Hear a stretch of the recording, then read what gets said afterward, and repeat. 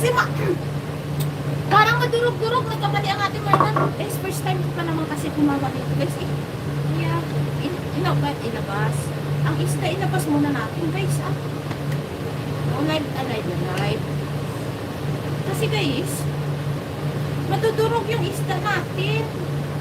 Dapat yung isda natin pala dapat pala kanina ang muna, ang gulay at niluto natin. Okay.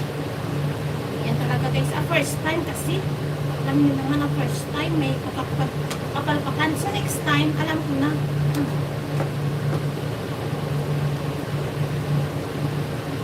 Pasensya na guys, ay talaga paano magluto ng ginataang isda. At saka hindi naman ako nanonood ng mga cooking show guys.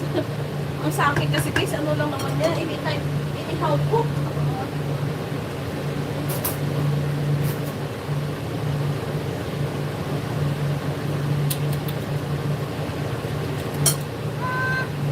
Kulang pa nga sa kasin guys. Marami na yan kasi. Tubusin ko ng kasi wala na. Ubus na siya guys. Okay, pero may extra pa naman ako kasi guys.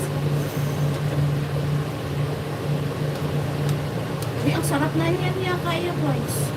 Kasi nga lang ako nang malinang lang. Masabuhoso. Pero siguro mas lalo ito masarap guys kung may kunting chili. Ikasaklit guys. Ikatagala. Wala kasi yung kaso lang buhay talaga ako dito. Pero okay lang yan.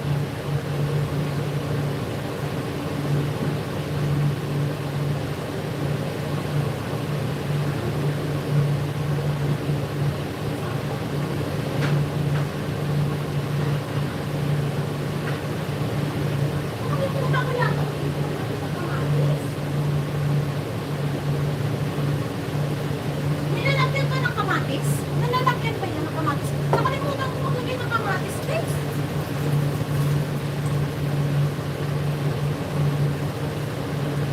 Sige lang nakalimutan ko maglagay ng kamatis. Maglagay tayo ng isa. Hindi pa huli ang lahat.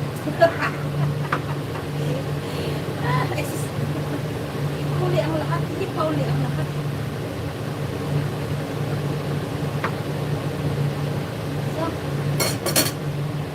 Tapos, maglagay tayo ng sakit ka na naman.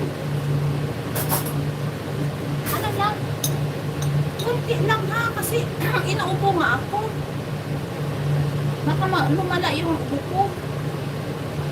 Siguro may sa asawa ko guys, talagang mas maanghang guys. Mas lalong sumarap. Kasi nga, paborito niya yung maanghang. Kaso nga lang ako pa yung upo. At saka hindi ako pwede sumaing maanghang na food. Ayan na siya. Uy, papasarap na. Uy, ang grabe. Ayan, pwede na siguro ilagay yung isda. Isda. Isda.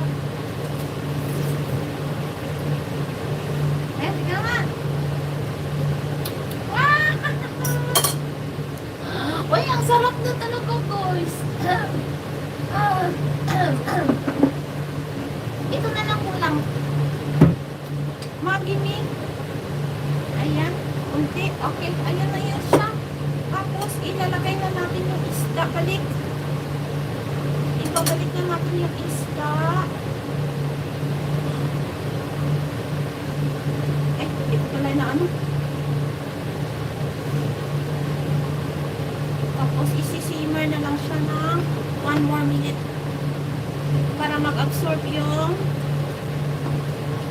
sauce niya dyan sa isda ko. Para mag-steam up ba.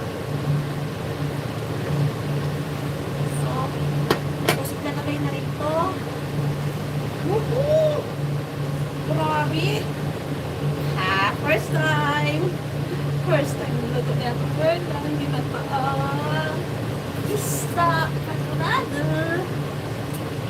Tignan natin ulit. Ako na tayo.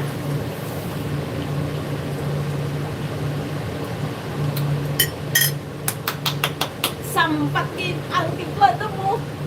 Okay, simmer na lang natin yan ng konti. Tapos,